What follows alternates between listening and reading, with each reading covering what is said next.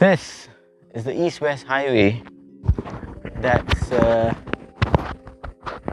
crossing the Banding Lake, crossing the Temengor forest. This is the first bridge, and the other bridge is on the other side. And when they started this, there was this communist bandits who were in this place, and they wanted to bomb this bridges. So far there you can see, let me quickly take an empty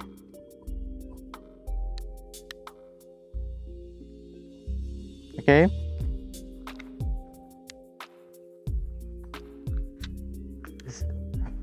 You will see it's a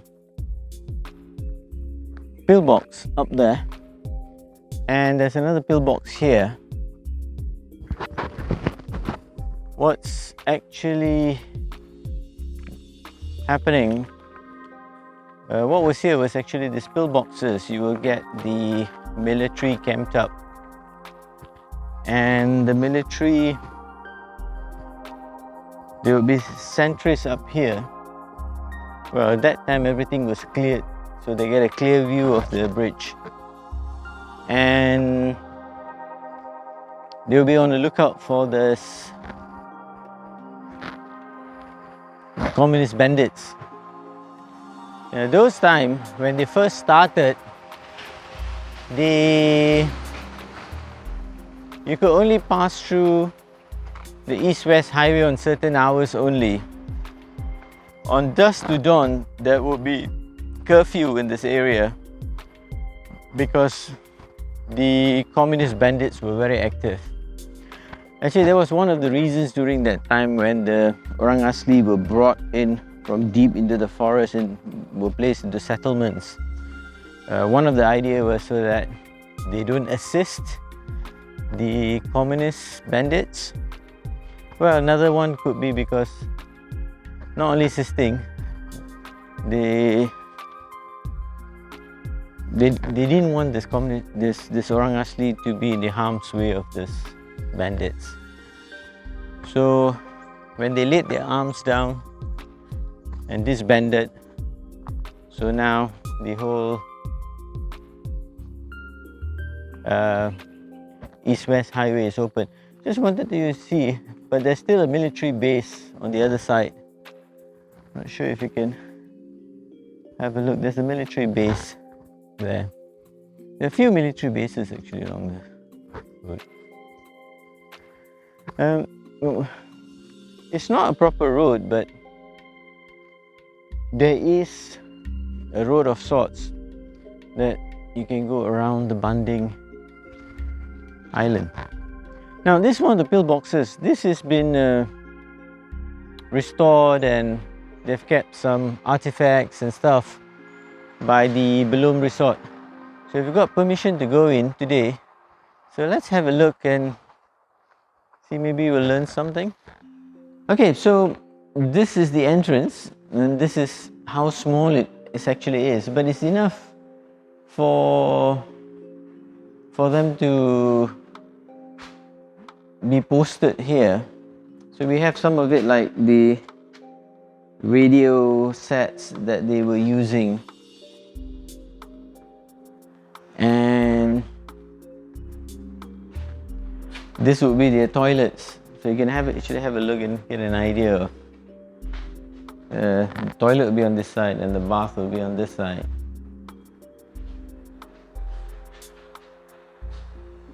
This is nothing much here. So this is where it is. We are here, and this is the lake. Now you can see how close we are actually to Thailand. We're quite close to Thailand. So this is what they would be dressed as, and this was when they were clearing the highway, how it was made, how it was cut through the mountains, the mountainous regions.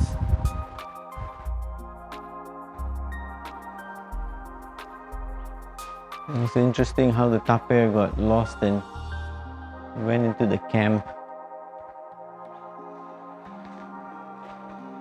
Nice pictures here.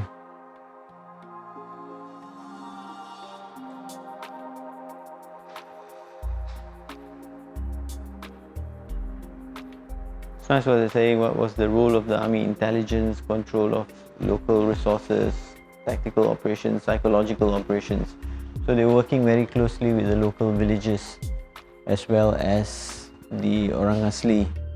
I'm not sure if you can see this, how this is a dam, and this was the highways this was being built. So this was before it was gazetted for use. So it wasn't proper barriers, and we take it for granted when we're using it, but when you actually look at the amount of work that they were doing. So you can look at, so this is how our military was dressed. Let's go up and see what's on this. So you gotta be careful, don't hit your head.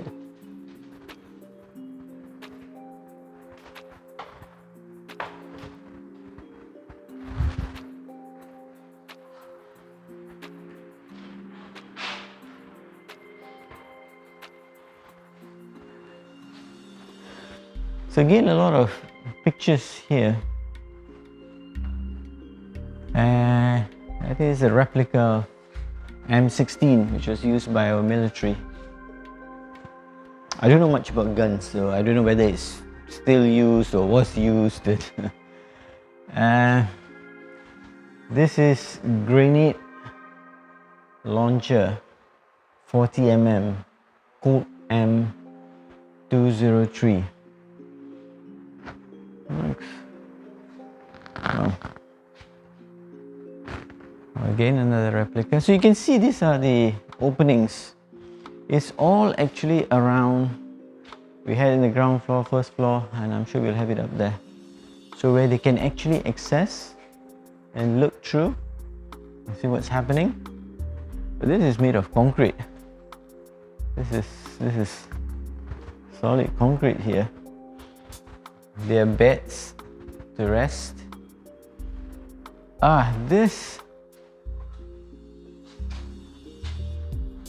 This is a booby trap detector. It's to detect set mines. I guess booby traps, mines. So that's how. There's a headphone. And there's a gadget here, and I guess this is what that's used to detect the. What else do we have here? Oh, look at this. These things that they have. So this is what they're using for booby traps. So these are booby trap wires, trap switches. What is this? Booby trap explosives. It's all homemade kind of stuff. Claymore mine set. So, well, some of it is, I guess, what they probably would have got it from, because they were getting a lot of support from the Communist Party of China at that time. And some of it was what they learned probably how to make it themselves. So when they disbanded, but from what I understand, there's no more booby traps. All were found, and they told us, I mean, when they gave up their arms, they informed the military where the booby traps were placed. It's not heavily mined like in some countries, Vietnam. It's not like that, where there's still active mines now. None. I've not heard of any. So what this Operation Quota was about, to eradicate the Malaysian Communist Party's activities. So what it says here, they deployed the security to block the Malaysian Communist Party's infiltration. So they launched it in 1968, and they were concerned about the border because of the boundaries between Thailand and Malaysia is very porous, so they could just come in and we wouldn't know.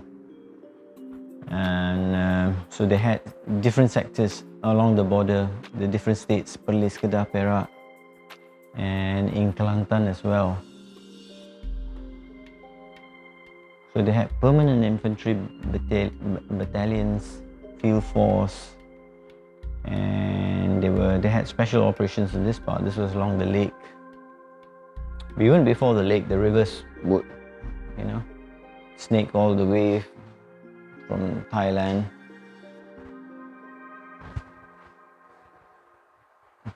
I can imagine how the military was staying, because even today, well, malaria is not that active except for some places. But at that time, malaria was, I'm not sure how many would have casualties from the communist bandits, and how many would have perished because of malaria.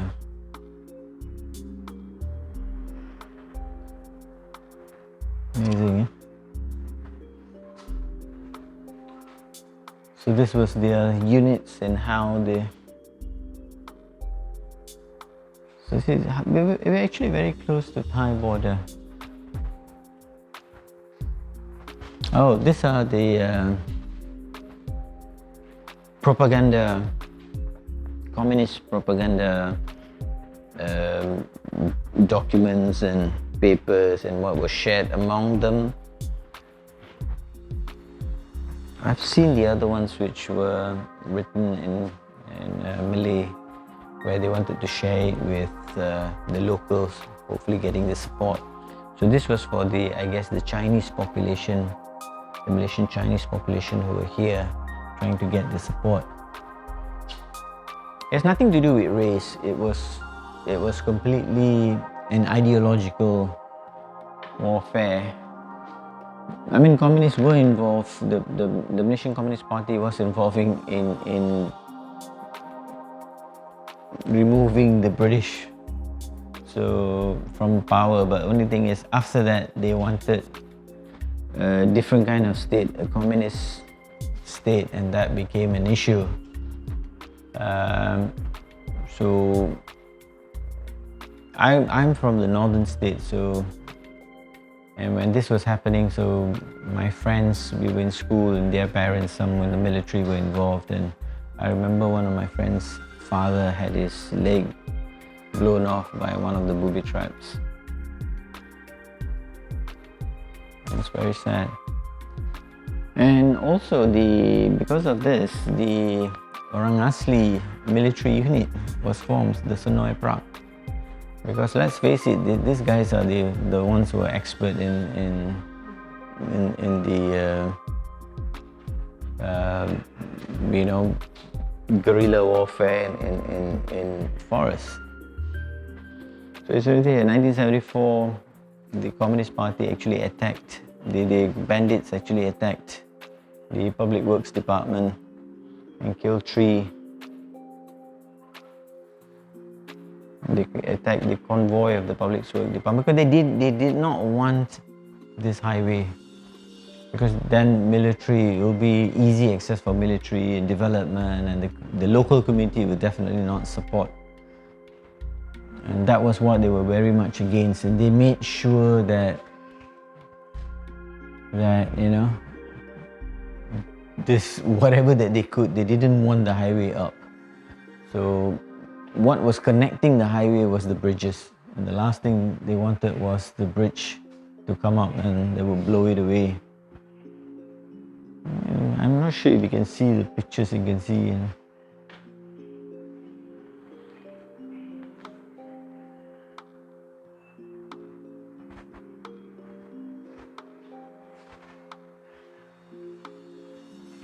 Okay, so let's see what's on the top floor now.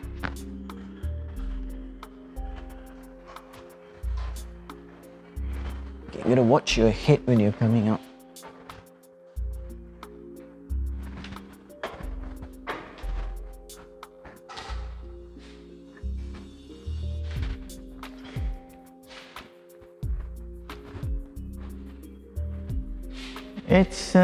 It's empty, but I guess this is where, with their weapons looking out, and you have that 1, 2, 3, yeah, the machine guns that would be looking out You get a very clear view of the lake. It's just that now the trees have grown, otherwise you'll get a very clear view of the bridge, especially this one. It's just the tree is blocking it. I can imagine if it was without the trees, you get a very clear view. And remember, there's another pillbox on the other side of the bridge.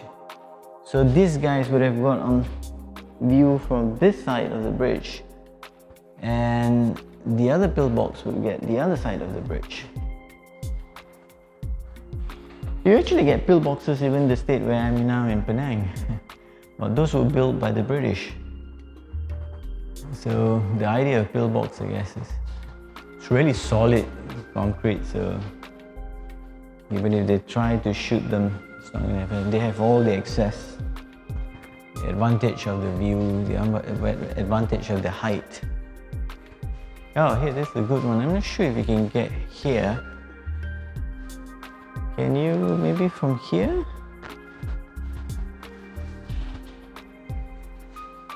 So the pillbox will be here, where we are now, so we'll be able to see on this side with all this. Of course, they have a 360-degree view, so the other pillbox will be on this side, so they'll get to see on this view. So it doesn't matter on which side they come in. But now, of course, this whole side is grown trees, and there's Belum Resort on here and on this side, and because there's no more threats from the bandits. It's nice that the Belum Resort have preserved the history. It's actually you can go up, but you need to climb. There's another floor up there. It's just for one person, I guess, but we will not go up there because it's not very safe.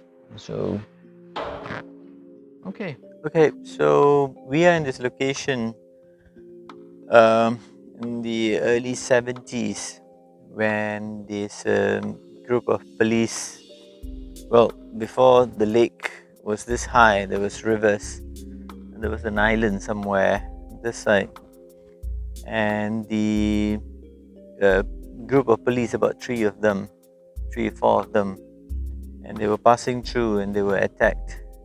They were ambushed by these communist guerrillas, and from what I understand, I think 2 of them died and 1 survived, but I'm not sure if he succumbed to his wounds after that. So there was an Orang Asli man who was actually fishing at that time, and he witnessed the incident. Of course, he bolted and ran off. But well, this was the problem, I guess, with the issues that the Orang Asli had, was because of the communist guerrillas. Hence why, as I mentioned, they were asked to move out from the deep in the forest where they were living in. They were set up in the settlements. If you go up straight on that way, and that's Sungai Gadong, you're not going that way. There's nothing there. There's no Orang Asli settlements there, but there is a military camp. A lot of wildlife. I've been there a few times. A lot of wildlife there, though. Well, naturally, because there is no human. There's no humans to bother them, I guess. Chazman was in the military in those days. He's retired. He's working for the Belum Resort. So he's telling that the booby traps, until the year 90s, it was still there in the Belum forest. And it's only when they laid down their arms by Chimpeng and Rashid Maidin, and then they formed. And then we found out about the tunnels, how they were actually coming into Malaysia was using those tunnels. One of it, I think, is in Baling, if I'm not mistaken. We should explore that one and see Hak baling tu ada lagi gua kata yang ada kan. So it was a difficult. So you know, I can imagine how he feels seeing the development. Macam mana sekarang dah ubah dari dulu kan, masa buat macam. Masa buat lebuh raya ni, kenderaan jika nak masuk mesti ada. Kena ada. Masa tu dah ada pasang piala kat sama dan letupkan kenderaan yang jika pakai piala kan. Diorang ganggu lah, diorang tak mau bagi projek ni berjaya lah. So they didn't want this project to be a success. So tubuhnya buat kubu sini, askar jaga kan untuk bina jambatan kepada orang kacau kan. Yang ada kubu-kubu dia tak ada jambatan, ada kubu tu. So the military had to escort the public works department when they were making up.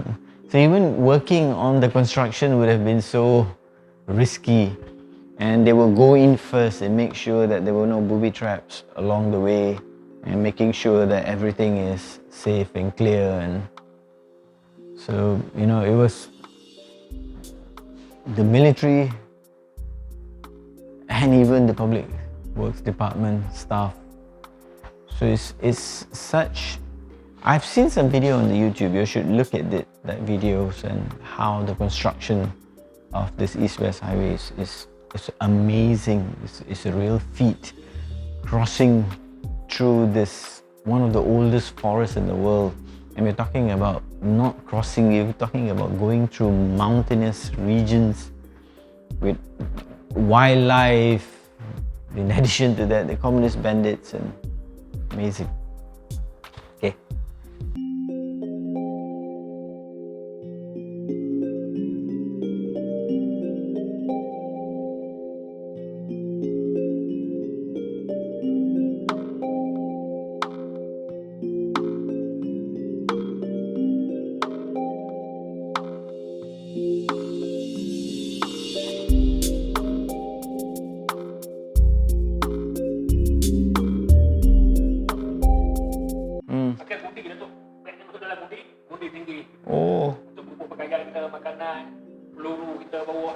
This is the pack that would, you know, the backpack the military would use. But you're saying it's not enough because once they go into the forest, it's so difficult to come out. So they would gunny sacks.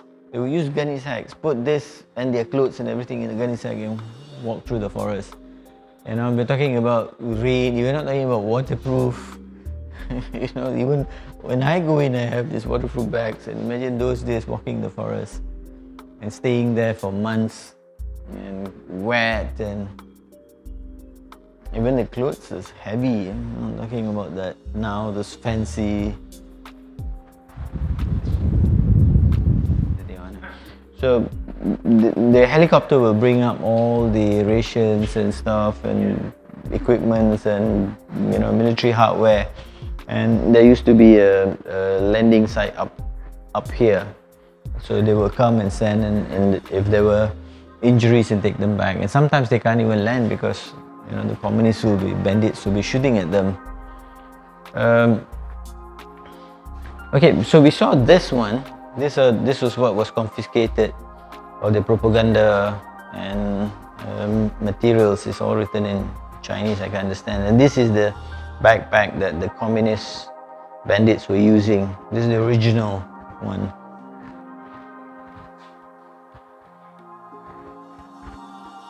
Okay.